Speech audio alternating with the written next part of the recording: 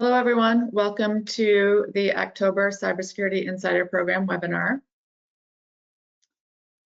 Today's topic is a focus on Cybersecurity Awareness Month, and we're going to talk about 4 key cybersecurity strategies for healthcare.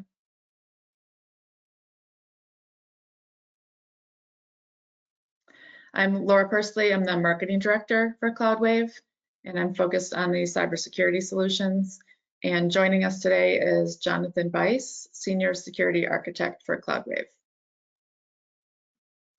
For our agenda today, we're going to be recapping the 4 key themes that we've been focusing on all month for Cybersecurity Awareness Month. And then we're going to talk about resources that are specific for healthcare that CISA and HHS have to make sure that you're aware of those and where to access those and how to use them. And we'll also talk about 4 key recommendations that you can use as you're defining your cybersecurity strategy going into 2024.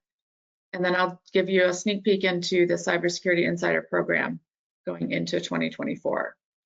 And our main goal today is to really touch on these 4 key areas and then give you resources that you can take back to your teams that you can help with your cybersecurity strategy going into next year. And as you'll see when we go forward, we're going to be sharing several links in this presentation. So we will be sharing this presentation with you in the follow-up email. So you'll have access to all of those links. And don't forget to put any questions in the questions pane if you have any questions throughout the webinar, and we'll get to those later. So now I'm going to turn it over to Jonathan. Hello, everyone. Jonathan Bice here. A little about me. I spent 20 years in a regional hospital with the last 7 as the CIO. I got into cybersecurity in 2008 when I thought it would be cool to be certified in ethical hacking and forensics. Since then, my passion continues to be in the field, leading to me to where I am today. I want to thank you all for taking the time to join today's session, where we will discuss the CISA and NCA Cybersecurity Awareness Month's 4 key cybersecurity behaviors that, if followed, will lead to a safer online experience. Since 2004, the President and Congress have declared October as Cybersecurity Awareness Month. It's a dedicated month for private and public sectors to work together to raise overall awareness about the importance of cybersecurity. CISA, the Cybersecurity and Infrastructure Security Agency, and the NCA, which is the National Cybersecurity Alliance, co-manage Cybersecurity Awareness Month, and they've developed a toolkit to help spread the message of the importance of cybersecurity. This year actually marks the 20th occurrence of Cybersecurity Awareness Month. And in recognition of that, CISA has announced a new enduring message, and they've labeled it Secure Our World. It's going to be integrated across all their CISA campaigns and programs, and you can see that in the slide here. In the bottom right corner is the logo, Secure Our World. And the toolkit includes templates, images, and content that will help any organization spread the message and show their support for the initiative. So what is cybersecurity awareness about? Why is it important? It's important that we raise the overall awareness of cybersecurity best practices, and we need to put focus on the importance of cybersecurity so that individuals have the knowledge and the tools to protect themselves and their sensitive data. And in doing so, we're going to improve the overall cybersecurity in the organizations where they work. It's also important that we develop and implement tailored cybersecurity plans and processes, which are going to be key to protecting and maintaining business operations in both government and private entities. This year's focus is on 4 easy ways that we can stay safe online. You may already be aware and have implemented all of them, but there may be some organizations that haven't. I've actually seen some organizations that lack cybersecurity understanding move to reduce security this year. So the first recommendation we're going to look at is to use strong passwords and password managers. Passwords need to be long, random, and unique, and they need to include all 4 types of characters. So that's uppercase, lowercase, numbers, and special characters. Your password managers are powerful tools, and they can help create and store secure passwords. So it makes it easier to have the unique passwords for each site. We need to turn on multi-factor authentication. So passwords alone are not enough to protect your online accounts. And you need to enable multi-factor authentication for any site that offers it, especially email, social media, and financial sites. You need to recognize and report phishing attacks. Phishing remains a significant threat, and the use of AI is making it more difficult to recognize phishing emails. You need to be cautious of unsolicited emails requesting personal information and avoid sharing sensitive information or credentials with unknown sources. And the last message is to update your software. You need to run updates and enable automatic updates where possible. You also need to run manual updates just to see if there are any additional updates that the automatic updates didn't get. I recently read that 85% of security events could be avoided by properly updating software. And at Cloudwave, we recognize some organizations have trouble maintaining updates, which is something we have a program that we can help with. The National Cybersecurity Alliance, it does research each year to understand online behaviors. And the annual report from 2022 it showed that only 33% of individuals create unique passwords for all their accounts.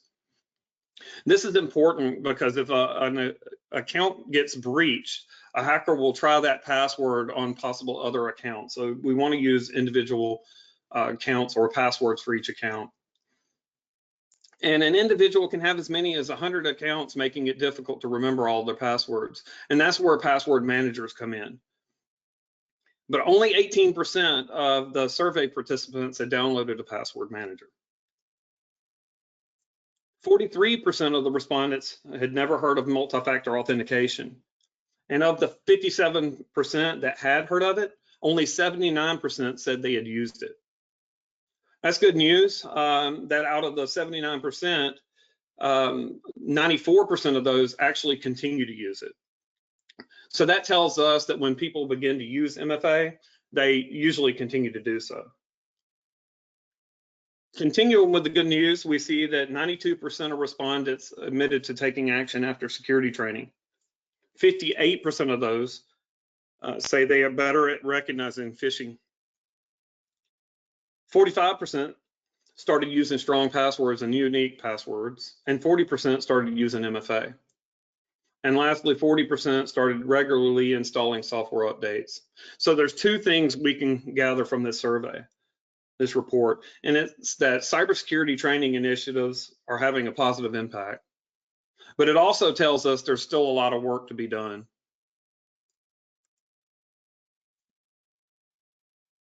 We need to build a strong cybersecurity culture, and we do that by using basic cybersecurity training, because we've got to familiarize our staff with cybersecurity concepts and activities associated with implementing cybersecurity best practices.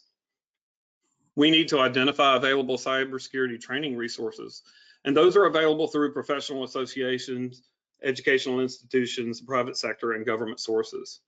And we need to focus on topics that are in our current threat landscape, like phishing and good email practices. We need to stay current on cybersecurity events and incidents.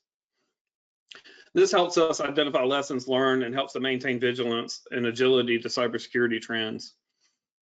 Also, bad actors tend to use the same methodologies and tool sets from time to time, and it'll help us identify and possibly stop some threats. We encourage you to have your teams join the Cybersecurity Insider Program if they're not already a member, because this is a good way for them to learn and get information on the events and incidents. We want to encourage employees to make good choices online and learn about risks like phishing and business email compromise. Both CISA and NCA have additional resources that you may find helpful. With CISA, you can report a cyber issue. You can learn about security by design, cross-sector cybersecurity performance goals, which we'll talk a little bit about later. And then some more resources they have there. And then NCA has resources and guidelines and video on demand that you can use. Some contact information where you could actually reach out and ask questions to CISA and NCA about Cybersecurity Awareness Month. CISA has a website and also an email address, and so does NCA. And when we look at Cloudwave, We have the Cybersecurity Insider Program that you guys are a member of. And again, if you have anyone in your organization that you think could benefit, we would encourage them to go ahead and join the program. We have a cybersecurity awareness toolkit for healthcare that you can use, and you can get cybersecurity solutions and services from our website. So real quick, we want to take a poll, and we want to ask, have you utilized any of the CISA resources for Cybersecurity Awareness Month?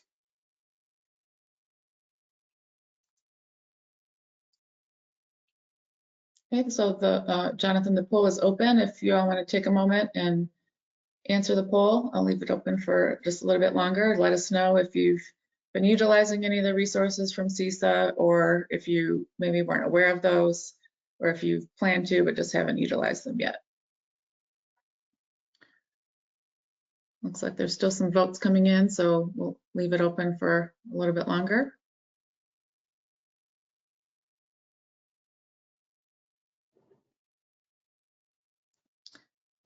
All right, looks like the voting has slowed down, so I'm gonna go ahead and close the poll.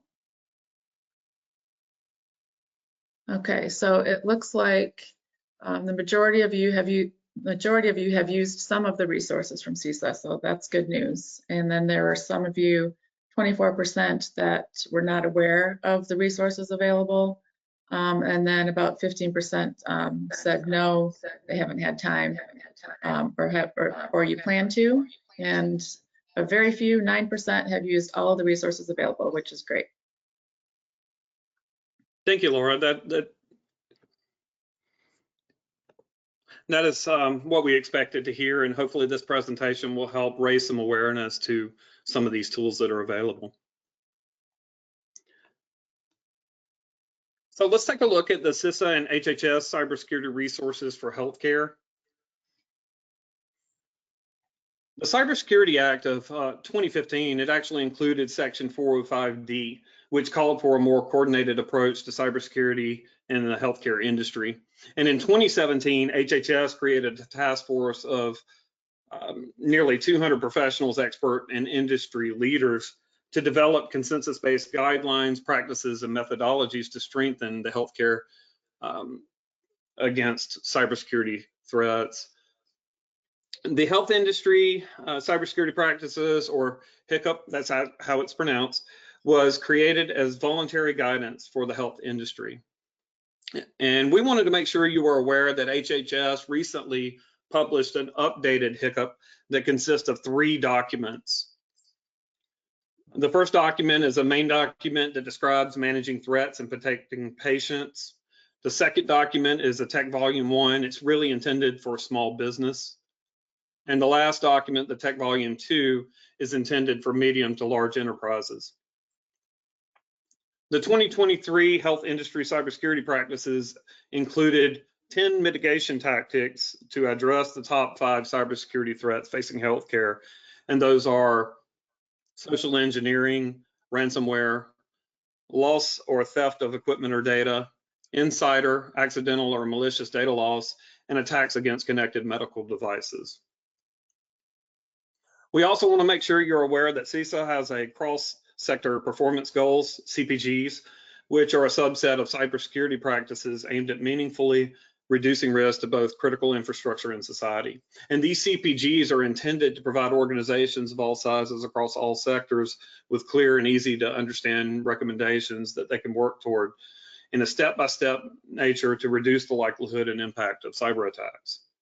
The CPGs are organized to align with the NIST CSF functions, which are identify, protect, detect, respond, and recover.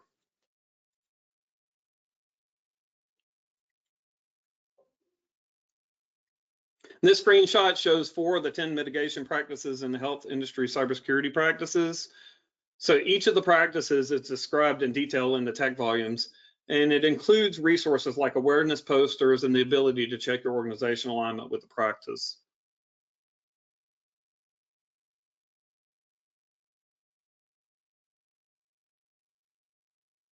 A few areas that you may want to consider planning for in 2024. Those are personal training and awareness, development and implementation of new technologies, acquisition and customization of new technologies, and fostering a consistent, robust, and continually updated approach to cybersecurity. These are general topics that are gathered from the 2023 405D tech volumes that we talked about on the previous slide. And if you want to know more, we'll be sending out the links after the session. So we'd like to take another poll and ask if you'll be interested in us deep diving into these 4 areas as live webinar topics for the Insider program in 2024.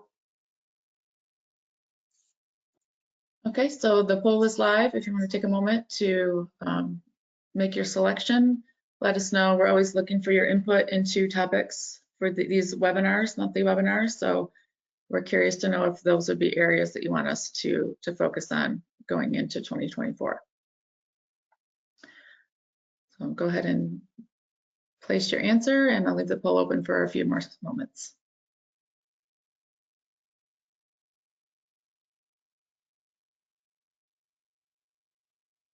All right, looks like the voting has slowed down. I'm going to go ahead and close the poll. And it looks like 80% said yes, that would be helpful. So while those topic areas were general in nature, there's a lot of detail behind those, so we can definitely dive deeper into those. So we will make that consideration going into 2024 for this program. All right, thank you, Laura.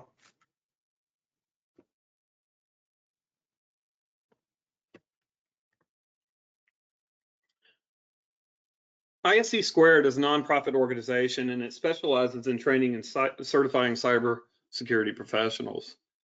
And they've actually committed to offering their entry-level certification, which is called Certified in Cybersecurity, free for the first 1 million participants. So this could be a good opportunity for an organization to raise its cybersecurity understanding of the staff with limited investment. I believe there's a $50 fee to participate, but the training and the testing is free. And you can learn more about this at ise2.org.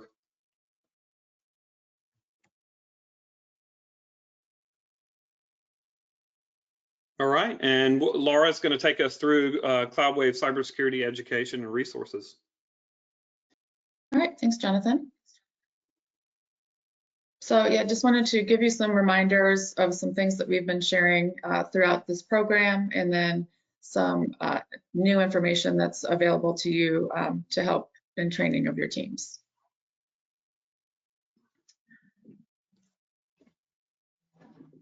So the first is just a reminder that we put all of the past webinar recordings on the Insider Program YouTube playlist. So hopefully you've all had a chance to go there and visit some of the past recordings if you maybe missed one of the webinars. And more importantly, if you have the opportunity to share those with your team members, feel free to share that playlist with them. There's other resources on our YouTube channel as well, but that's a great resource and training for your team. So we'll continue to add content to that playlist as we go forward, but just utilize that for some training going forward. And you can always find this link on our resources page for the Insider program, and I'll include it in all of the follow-up emails as well. But feel free to shoot me a note if you have trouble finding any of that. Something that we recently launched is the Cybersecurity Awareness Toolkit for Healthcare. As you can see, all of the resources that Jonathan just talked about, it can be overwhelming at times to figure out what to focus on first. I'm sure you get lots of emails with this information from various organizations, from HHS, from CISA, from FDA, et cetera. So we've taken all of that information and tried to put it in one place for you to access.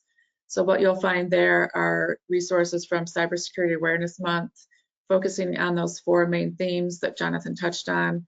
There'll be videos there that you can view, resources for your teams that you can share. The subset of the presentation that Jonathan went over for those 4 key themes from CISA is listed there. So tons of resources that you can utilize. And then we've expanded that to include the resources specific for healthcare, because those can be unique. So we want to make sure to share the CISA resources for healthcare there, including the health industry cybersecurity practices, those volume 1 and 2, and the main document from HHS you'll find there as well. And then in addition to that, as you know, we've put out a lot of education around specific topics around medical device security, AI, strategy planning, all of those types of topics. So you'll find links to those topics as well as the templates and the manuals. We have some blog posts listed there. So just really trying to capture all of this in one place for you. And Jonathan, if you want to go, yeah, there you go. So this is what the toolkit looks like. And you'll see, I know it's difficult to read here, but I just wanted to give you an idea of what it looks like. And on the top half is really, you'll see resources geared towards sharing with your teams for end user education, more geared towards those topics from Cybersecurity Awareness Month. And then the bottom section are resources geared towards education for your organization, medical device security, AI, things like that. So I will go ahead and put a link to this in the chat so you can access it, and we will also include it in the follow-up email as well, so you can have access to that. And I recommend that you bookmark that and share it with your teams and refer back to it on a regular basis. And I wanted to give you some information about what the Cybersecurity Insider program will look like going into 2024. So over the past couple months, we've asked you to fill out a couple different surveys asking for your input. So thank you to those that were able to do that. The majority of you said that you like the live monthly webinars, 85% in fact. So we will be continuing with the live monthly webinars.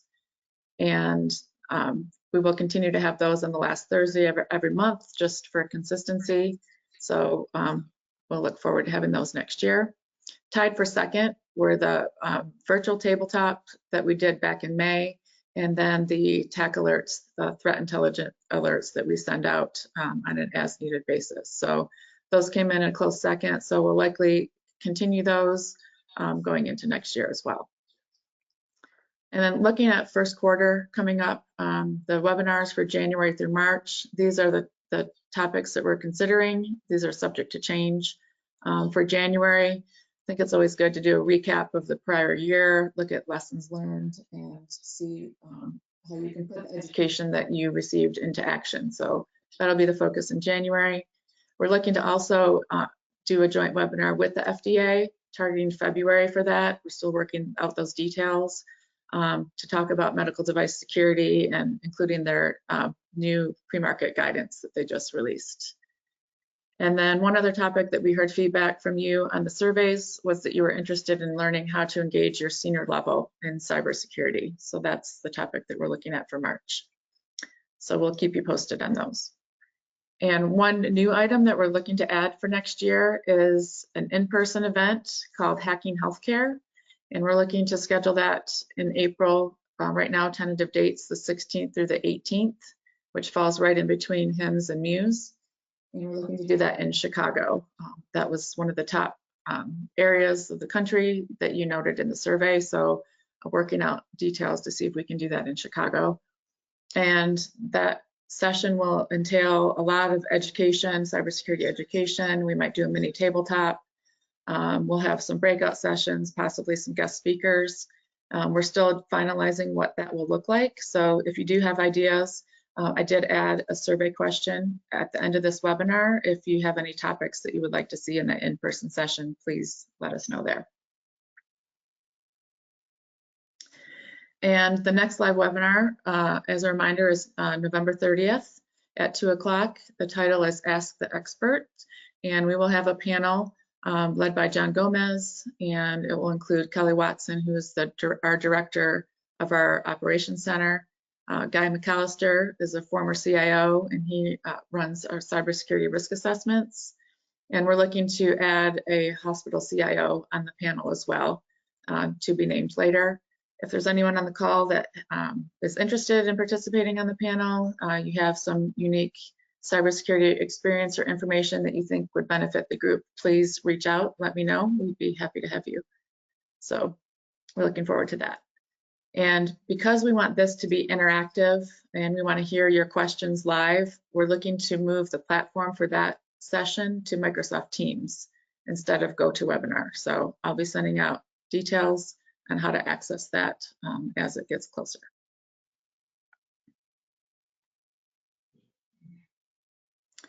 Okay, and so I know we've shared a lot of resources with you. You will be getting the email with the link to that toolkit page, as well as this presentation with all of the links. So I don't see any questions that have come in. So I hope this was helpful and beneficial. Please fill out the survey to let us know at the close of the webinar. And we look forward to hearing from you and speaking with you next month.